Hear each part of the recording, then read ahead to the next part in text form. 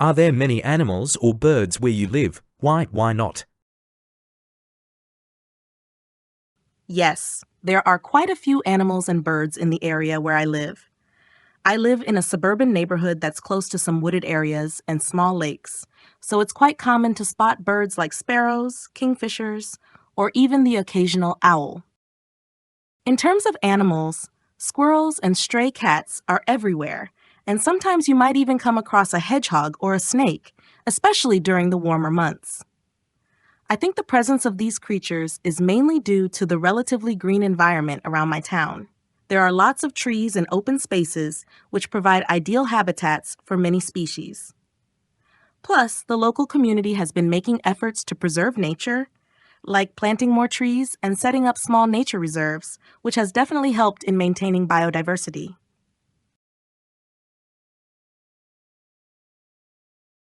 How often do you watch programs or read articles about wild animals? Why? To be honest, I don't watch wildlife programs or read about wild animals on a regular basis, but I do enjoy them from time to time.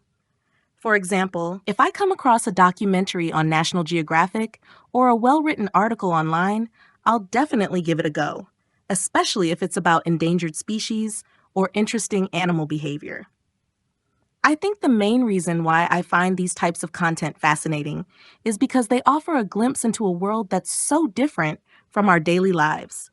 Animals live by their instincts, and watching how they survive in the wild, hunt, protect their young, or interact with other species is both educational and awe-inspiring.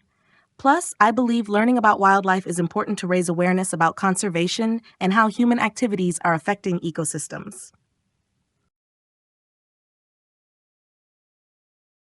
Have you ever been to a zoo or a wildlife park? Why? Why not?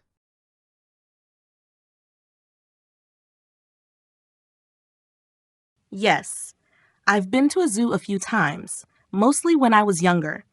I remember visiting a fairly large zoo in a nearby city with my family. It was quite an eye-opening experience because I got to see animals that I had only read about in books, like lions, giraffes, and even penguins. The main reason I went was because I was really curious about animals and wanted to see them up close. Zoos, despite the controversy surrounding them, do provide opportunities for people to learn about wildlife, especially for kids who might not otherwise get the chance to experience nature firsthand. Of course, I do think it's important that zoos prioritize animal welfare and focus more on conservation and education rather than just entertainment. Would you like to have a job working with animals? Why not? To be honest, I don't think I'd choose a job working with animals as a long-term career, but I do find the idea appealing in some ways. Jobs like being a veterinarian or working in animal conservation seem meaningful and rewarding, especially because you get to make a positive impact on animals' lives and the environment. That said, I don't think I'm cut out for it.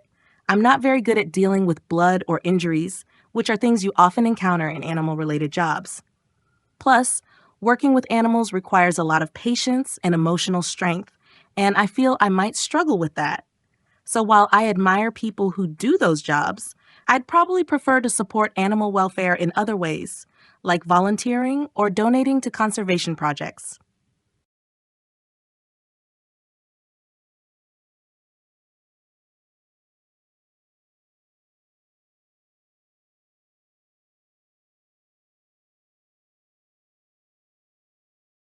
Describe a website you use that helps you a lot in your work or studies.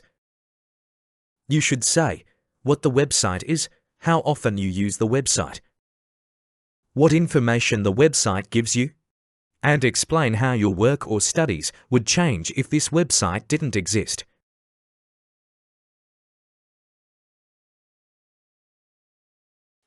One website that has been incredibly helpful for my studies is Khan Academy.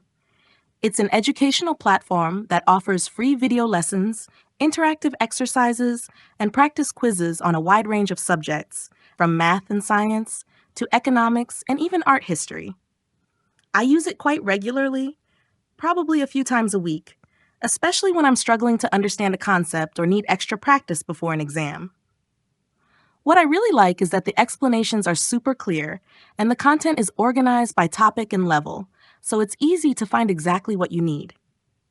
The website provides not only theoretical knowledge, but also real-world applications, which really helps me grasp difficult ideas. It also tracks your progress, so you can see how much you've improved over time, which is pretty motivating. If this website didn't exist, I think my studies would be a lot more difficult. I'd probably have to spend more time searching for resources or rely solely on textbooks, which can be dry and confusing. Khan Academy has made learning much more engaging and accessible for me.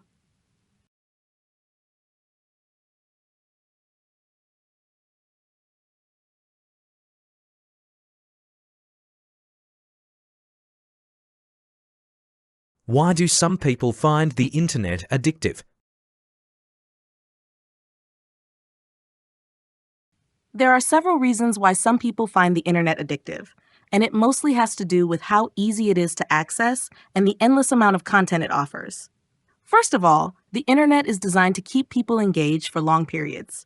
Social media platforms, video streaming sites, and online games are particularly addictive because they provide instant gratification. For instance, when people post something online, they receive likes, comments, and shares almost immediately, which gives them a sense of validation and rewards their behavior. Moreover, the internet offers a constant stream of information, entertainment, and communication. It's incredibly easy to get lost in the virtual world, whether you're scrolling through social media, binge watching videos, or participating in online discussions. The feeling of being connected to others, even if it's just virtually, can also lead people to spend excessive amounts of time online, as it helps them feel less isolated. Another factor is the role of algorithms. Many websites and apps are designed to personalize content based on what you've previously viewed, which can create a loop where users are constantly presented with content they're likely to enjoy. This keeps them coming back for more and reinforces the habit of using the internet for long periods. In summary, the internet's ability to provide immediate rewards, constant stimulation, and tailored content makes it highly addictive for many people.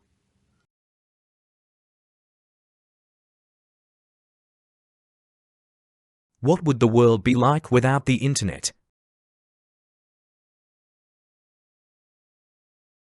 If the internet didn't exist, the world would be drastically different, and many aspects of our daily lives would be much more difficult. First of all, communication would become a lot slower and less efficient.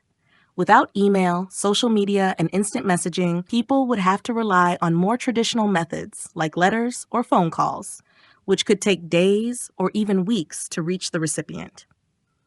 In terms of work and education, the absence of the internet would significantly slow down the pace of both. Many people depend on the internet for remote work, online research, and collaboration, and students rely heavily on it for accessing educational resources, online courses, and interactive learning platforms. Without the internet, we'd likely see a return to more conventional forms of learning and office work, which would be much less convenient and time-consuming.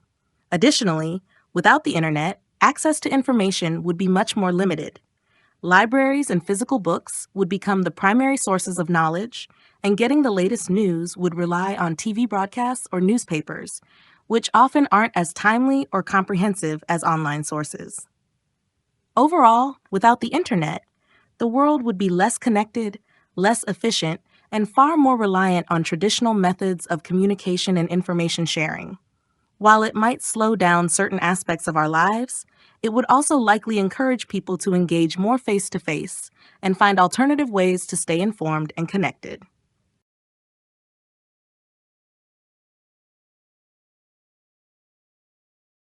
Do you think that the way people use the internet may change in the future?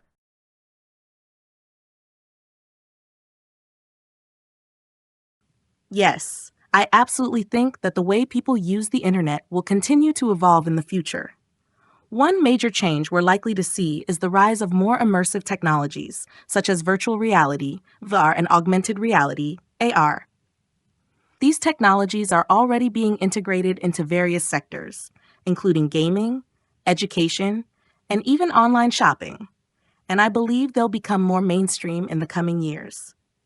As these technologies advance, the internet will no longer just be a platform for browsing websites or social media, but a fully immersive experience that allows users to interact with digital content in a much more lifelike and engaging way. Another change could be the growing role of artificial intelligence, AI, in how we access information and make decisions online. Already, AI is being used to personalize content, recommend products, and even assist in customer service. In the future, I think we'll see even more sophisticated AI systems that can predict our needs and help us navigate the internet in ways that are much more intuitive and seamless. Furthermore, as internet connectivity continues to improve, particularly with the expansion of 5G networks, we can expect the internet to be even more integrated into our daily lives. From smart homes to autonomous vehicles, the internet will likely play a bigger role in automating tasks and improving efficiency across various industries. In summary, the future of the internet will probably be characterized by more immersive experiences, smarter technologies, and deeper integration into everyday life. It's an exciting prospect, but it also raises important questions about privacy and the potential impact on social interactions.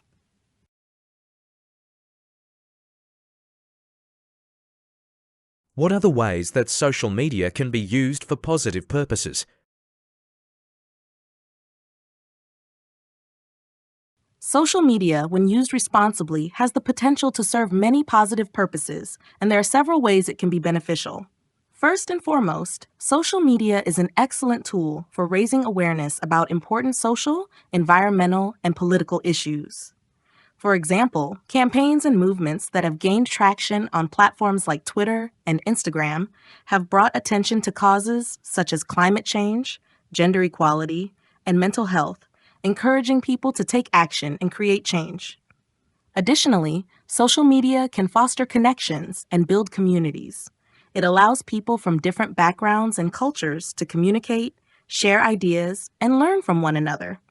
This can be particularly helpful for marginalized groups who may not have access to the same resources or networks in the physical world. By connecting people online, social media can provide support, build solidarity, and create a sense of belonging. Another positive use of social media is in education. Many educational organizations and professionals are leveraging platforms like YouTube and LinkedIn to share valuable resources, offer online courses, and collaborate with students and colleagues around the world. This has made learning more accessible and convenient, particularly for people in remote areas or those who cannot attend traditional schools. Finally, social media can also be used to promote businesses, entrepreneurship, and creativity. Small businesses and independent creators can use platforms like Facebook, Instagram, and Etsy to reach larger audiences and expand their reach. This has democratized marketing and created new opportunities for individuals to turn their passions into successful ventures. In summary, social media can be an incredibly powerful tool for positive change, whether it's raising awareness, connecting communities, advancing education, or promoting entrepreneurship. However, it is crucial to use it in a responsible and mindful way to maximize its potential benefits.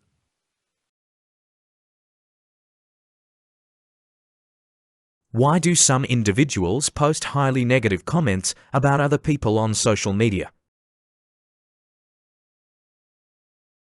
There are several reasons why some individuals post highly negative comments about other people on social media.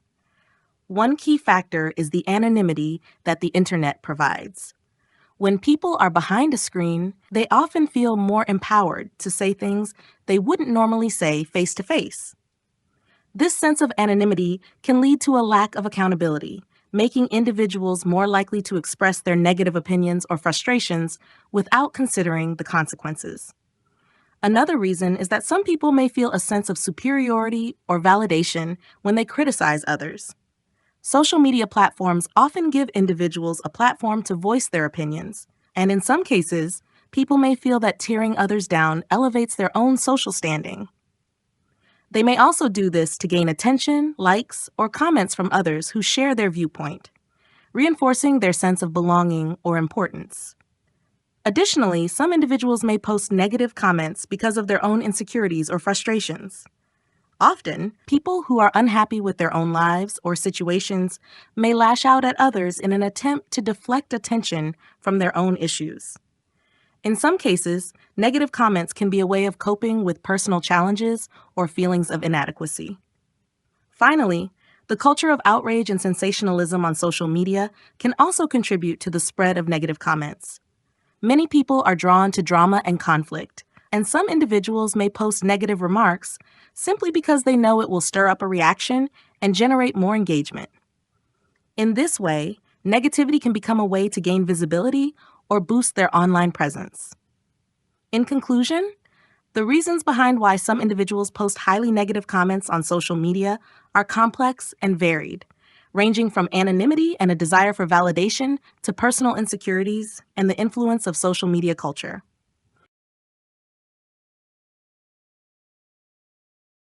Do you think that companies' main form of advertising will be via social media in the future? Yes, I do believe that social media will become the main form of advertising for many companies in the future. In recent years, we've already seen a significant shift towards online platforms for marketing, and social media has played a central role in this change.